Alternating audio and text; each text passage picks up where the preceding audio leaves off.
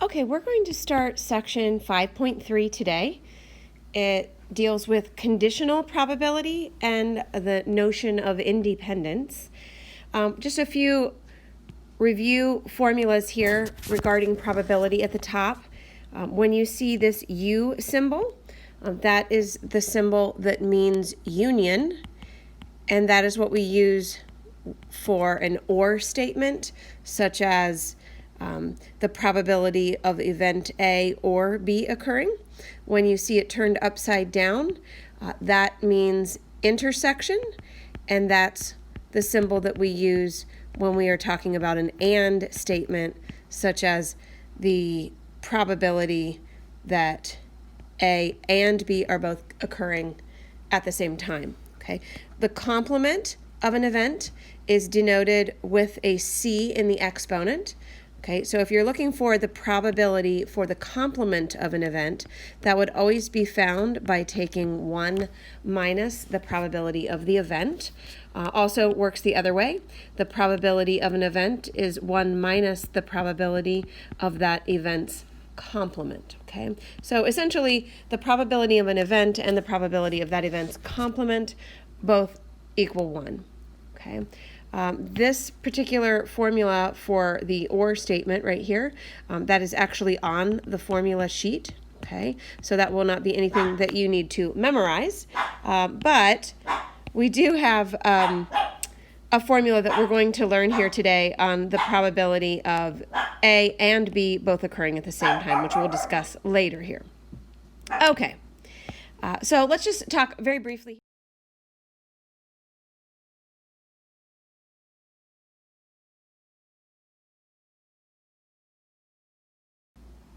Okay, so basic probability here, we're going to reference, let's assume that we have a spinner and that spinner was comprised of essentially 8 equal sections. Okay, oops. Okay, all right, so we'll say maybe it's roughly looks something like that. Okay, it mentions that each section is numbered, a unique number 1 through 8. Okay, so these are all numbered 1 through 8 here. Okay, we are asked, what is the probability of getting an even number? Obviously, there's 8 sections here. Half of them, 4 of them are even, so you can see the probability would be a half. The probability of getting a prime number, those are only the numbers where it can only be factored into itself and 1. There are 5 prime numbers on 1 through 8, so 5/8 would be the odds of landing on a prime number. Probability of getting a multiple of 3, okay, like a 3 or a 6, that's 2 out of 8, which reduces to 1/4. And then the probability of getting 2 even spins in a row. Okay, so we're talking about 2 even spins in a row. We know that the probability of 1 even spin is a half. If we're talking about doing that in a row, then we would multiply a half, representing the odds of an even spin on the first spin, and then a half is also the odds of getting an even spin on the second spin. So that gives us an answer of 1/4, okay? All right, it says here, what is the probability of getting a prime number or an odd number? Okay, so again, I'm going to reference back to, keep in mind, this is our formula right up here on the formula sheet. Okay, now I don't think it's going to look like this with the word or. It's going to have this union symbol here. Okay, but we want to be able to use this. Okay, so I'm first just going to kind of use, instead of A's and B's, I'm going to use prime and odd, and I'm going to fill in how the formula looks. Now, you won't have to do this on the formula sheet, but probability is typically one of the most challenging topics for students. So this could be something that you might find helpful if you fill in, the probability of prime plus the probability of odd minus the probability of prime and odd. Okay, so the probability of prime, we had answered that up above. We said that was 5/8. Okay, we want to add to that the probability of odd. Okay, probability of odd would be a half. And then we want to subtract from that the probability of any numbers that are prime and odd. Okay, so let's take a look here. From those that we said were prime, let's look at how many of those are odd.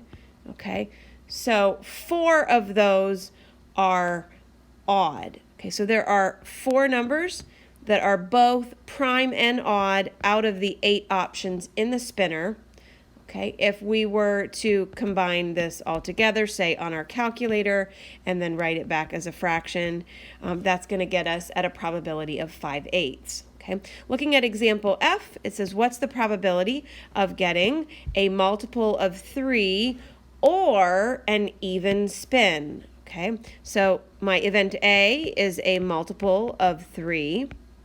My event B is an even spin. And so you can see here that I'm just kind of setting this up by using that OR formula up above that I had highlighted. And then I'm going to fill in underneath each of these events, these probabilities, what their specific probability is. Okay, multiple of 3, that's what we had said up here for part C, has a probability of 1/4. Probability of even is a half. And then we're looking for how many of these numbers, 1 through 8, are both a multiple of 3 and even. Well, only the 6 was a multiple of 3 and even, so only 1 out of the 8. If we were, again, to put that into the calculator and switch it back into a fraction, we're looking at 5/8 there. Okay. All right, let's take a look at some conditional probability. Conditional probability is actually a formula that is on the formula sheet. Okay, this is whenever you're trying to find the probability of one event under the condition or given that some other event is already known to have taken place. Okay, so this is on the formula sheet. Right here is how it looks, but I want to kind of break down here what we're dealing with here. We know that this vertical line represents or is read given that. Okay, and so we would read that what is the probability that event A would occur given that event B has already occurred? Now, how do you calculate that? Well, you have a fraction. In the numerator of the fraction is the intersection. So we would need to be able to calculate the probability that both A and B occurred together, and then we're going to divide that by the probability that event B has occurred. Okay, now here's the important part here, and I'm going to re-highlight a few things. Okay, you'll notice in the example event B was the given, and then you'll notice the denominator is always the probability of that given event. So if this problem was what's the probability of event C occurring given that event D has occurred, the numerator would be the intersection. The denominator is going to definitely be the probability of the given event occurring, which would be the probability of event D occurring. Okay, the order definitely matters in conditional probability. Okay, if I write this, the probability of event D with the vertical line in C, that means an entirely different thing. That means now I'm trying to find what's the probability that event D occurs given that event C has already occurred. So let's try this in an example here. Okay, we're looking underneath here. Desi. So sorry. Okay. We're going to define event E to be the grade comes from an EPS course. And event L is that the grade is actually lower than a B. So you can see in this two-way table, we have at the top here what the grade in the course was, an A, a B, or below a B. And then along the side, we have which type of school it is, a liberal arts school, engineering and physical sciences, or health and human services, okay? And we have these counts. You can see there was a total of 10,000 people who were involved with this, okay? Now, I'm going to make sure we can still see up above here what our events E and L are referring to. Okay, so this is asking us to find the probability that event L has occurred. That is the probability that someone's grade is lower than a B. Okay, so we're talking about out of all 10,000 students here, how many of those 10,000 got a grade that was lower than a B? Okay, well that would be this whole column here. I'd look for the total of that column. We're looking at 3,656 students. Okay, it is not necessary on the AP test for you to reduce your fractions. Okay, however, if you're going to report your probability as a percentage, you will not be given credit if you only write the percent and you don't have the fraction. They take off points for that. You lose credit. They call it a naked answer if you only put the percent without showing the fraction. Okay, and actually just the fraction itself is fine. Okay, now let's look at a conditional probability. Here we're asked to find what's the probability given, so you kind of have to start on the right side, given that a grade is lower than a B, then what would be the probability that the grade comes from an engineering and physical sciences course? That's what EPS is, talking about this course or school here. Okay, so when you have a two-way table, the two-way tables are kind of nice. I know that I just talked through this formula up here, but how it can kind of work in a two-way table is you're going to kind of cover up the column or the row that is not pertaining to your condition. So for example, we're saying given that someone got a grade lower than a B. So I am actually only looking at this column right here, okay? And so when I write this, I'm not talking about all 10,000 students involved in this whole entire survey. I actually now am only talking about this reduced sample space of the 3,656 students who got a grade below a B. Okay, so out of just those 3,656 students, what is the probability that someone took a course from an engineering and physical sciences school? Well, that was 800. So 800 is my numerator. And again, it's fine to go ahead and just leave that as your answer, or you definitely would want to show that, but you could also convert it to a percent, okay? But this is kind of your given, and this 800 is sort of your both. You know, these 800 people were both people who were in the engineering and physical sciences school, and they got below a B, okay? And here we're talking about only the people who got below a B, okay? Now let's flip it the other way. Here we're saying, given that someone was in the engineering and physical sciences school, so now I'm looking at this row right here, specifically the 1,600, okay? So I'm putting 1,600 in the bottom, and I want to know, out of those 1,600, what's the probability or the number of people who got a grade below a B? Okay, well, that's the 800 people, okay? So the odds of that happening would be basically 50% there, 50%, okay? All right, let's go ahead and try another similar example. We'll try to do this one a little bit faster. Two-way tables are pretty easy for conditional probability. The time when you're going to want to really rely on the formula is when you're given problems and you're just given like individual probabilities, and it's not in this format of a two-way table, which we'll have an opportunity to practice that as well. Okay, so here we basically have gender along the side here. Okay, male or female. Across the top, it's yes or no whether they have their ears pierced. There were a total of 178 people involved in this survey. We are asked here, what's the probability given that someone is a male? So I'm only talking about those 90 people. How many of those 90 said yes, they have their ears pierced? Well, that's those 19. Okay, so that's what I would put for that answer. Okay, now I'm going to say, given that someone was a female, so now I'm talking about these 88 individuals, what's the probability that a female does not have her ears pierced? Well, that's only 4 of the 88. Okay, only those 4. Okay, and now we want to know, given that someone said, yes, I have my ears pierced. So now we're talking about the 103 people who said they do have their ears pierced. What is the probability that, or how many of those were female? Sorry. Okay, so 84 of those were female.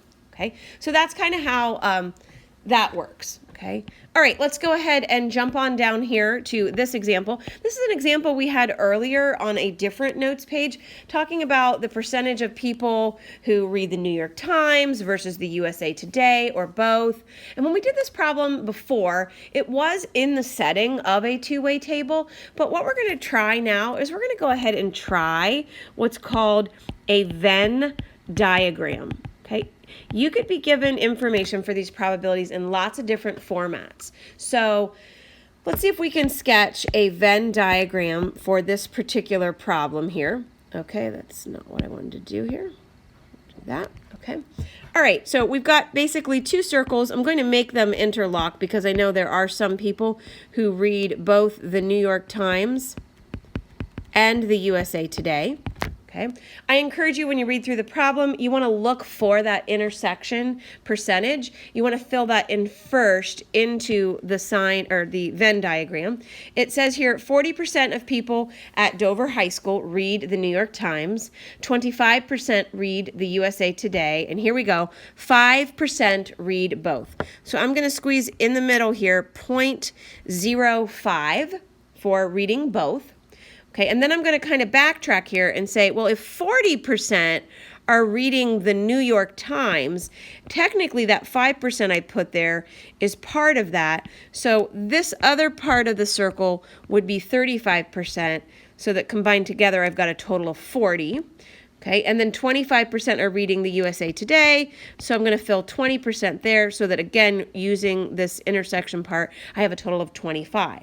Okay, so it feels like right now we've used up 40 and another 20. We've used up 60% total here, okay? So there's another 40% not included in these percentages, and I'm just going to write that right out here. That represents the percentage of people who don't read either of these two newspapers, okay? So now we have our Venn diagram, okay? The question is, find the probability that a randomly selected person reads the USA, oh, I'm sorry, I missed the first part. If we randomly selected a person who reads the New York Times, okay, so we're saying given that they read the New York Times, find the probability that this person also reads the USA Today. And so I'm going to write this out with my given, my vertical bar. We're saying given they read the New York Times, what's the probability that they would read the USA Today? Okay. Now, when I write it like that, that's when I want to rely a little bit more on the actual formula that's on the formula sheet.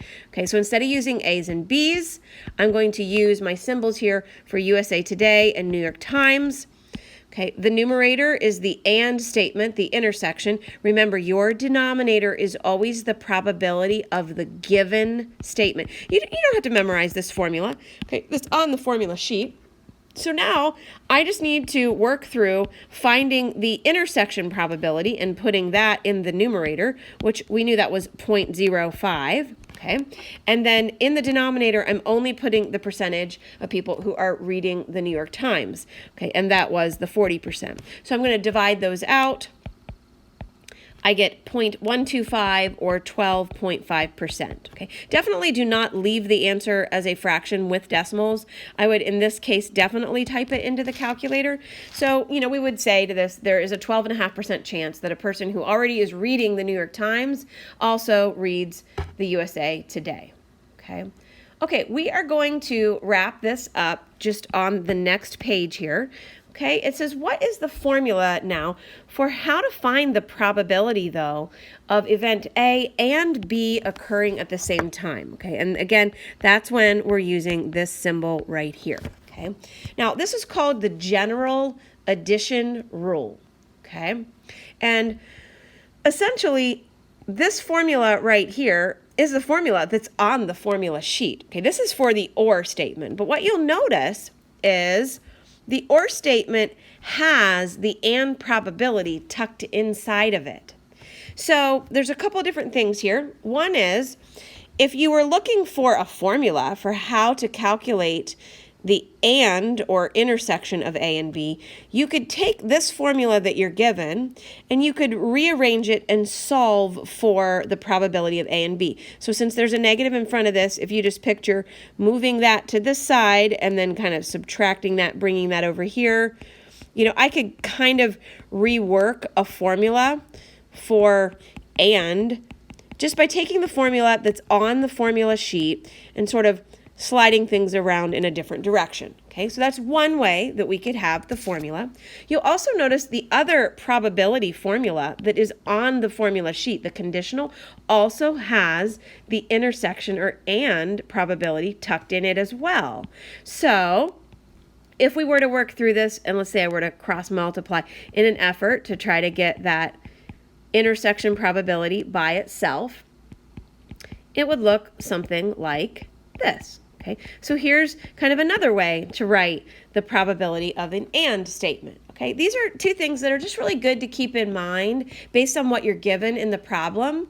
And that's why you always want to have your formula sheet handy, because you could kind of rework those formulas backwards. Okay, now what is the general multiplication rule? Well, the general multiplication rule is this idea that and again, note this isn't written in this order on the formula sheet, but it is where the probability of event B, given that event A has occurred, that's this part right here, okay, is then multiplied by just the probability of event A. And all this really is, that is your conditional probability formula reworked. It just is reworked as the probability of B given event A occurred, and here it was the other way. Okay, so here's what we want to kind of take away from this. You could get the probability of A and B using this general addition rule, the conditional probability reworked, or we can sometimes just figure it out like intuitively, which could mean that we might need to draw what's called a tree diagram. And so we're going to end here today with me introducing you to how a tree diagram works.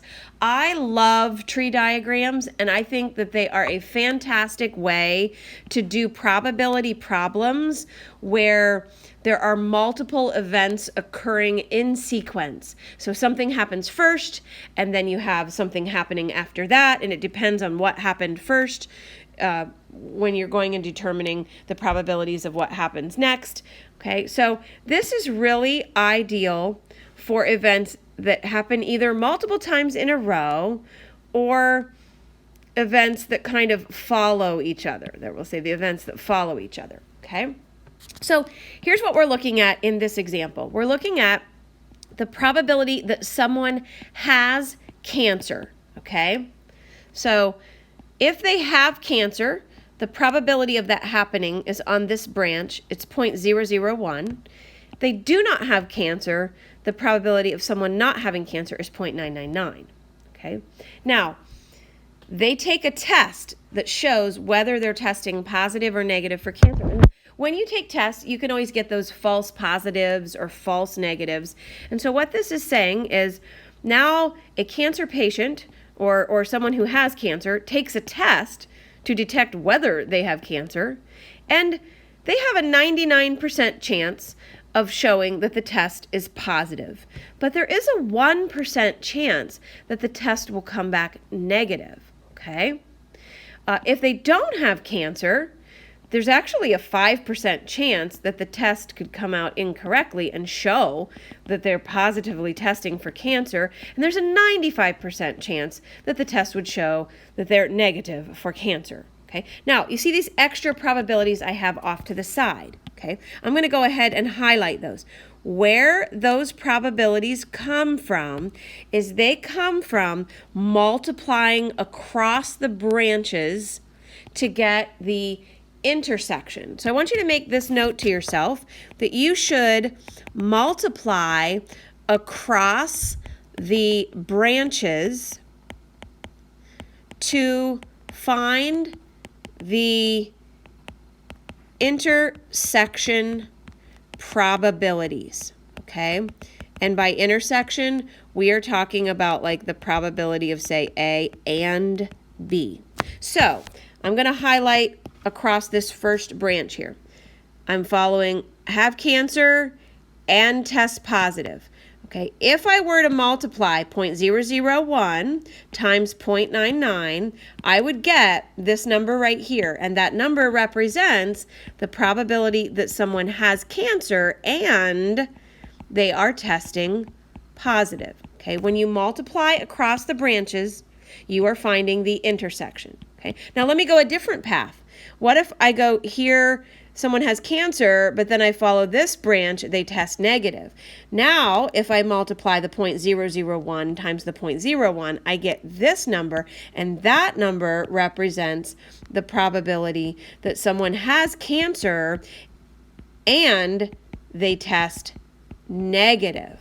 Okay, so you get the idea there. This one would be the probability that someone does not have cancer and they test positive, and this is the probability that someone does not have cancer and they test negatively. Okay, so let's start with this first problem here. It says, what is the probability that someone has cancer? Okay, now here's the key word you want to look for, and they are testing negative. When you see that and statement, that should be an indicator that you should multiply across the branches. Okay, so I'm going to follow the path cancer testing negative, and so we're here, and then we're following this blue path here. We would multiply those numbers together. I know that number is already there. I'm just going to kind of label this. Always a good idea to label. So cancer and negative, I would multiply that number and that number together to report that as my probability. I think I missed a 0. 4 zeros and a 1 there. Okay? All right, now that's only for ands that you multiply across. What if the problem says, what is the probability that just flat out a test comes back negative? Okay, so if it's just asking for the probability that a test is negative, what you're going to do for this is you're going to add all the outcomes that are negative. Okay, so I'm looking over here. Here's my 4 probabilities. Any of those probabilities that had a negative as a result in the test, which was this probability and this one, I'm going to take those 2 probabilities, I'm going to add them together to get a total of the test coming back negative would be 0.94901. Okay? Okay, and then finally, and we're going to work more with tree diagrams in the next video as we carry on with the notes. If you're asked a conditional statement, which is what we have here, what's the probability that, and here's how I know this is conditional, I see that, given that someone has cancer, that they are testing negative. So let's write out what that means using symbols. I'm going to put my vertical bar. It says, given that someone has cancer, I want to know what's the odds that they would test negative. Okay, here's how this is going to work. Okay, you're going to use the second column for your conditional probabilities. Okay, so because think about it here, we're saying in order to get here, we are assuming that either these 2 branches were only here because we were given that someone had cancer, and if I'm in these 2 spots right here, that was given that someone didn't have cancer. So I want to be given that someone had cancer. So I'm going to use these numbers in the second column, but I'm going to follow the path. Given someone has cancer, I want to find, where did that say they tested negative? Okay, that's going to be this number right here. So I'm saying there is a 1% chance that given they've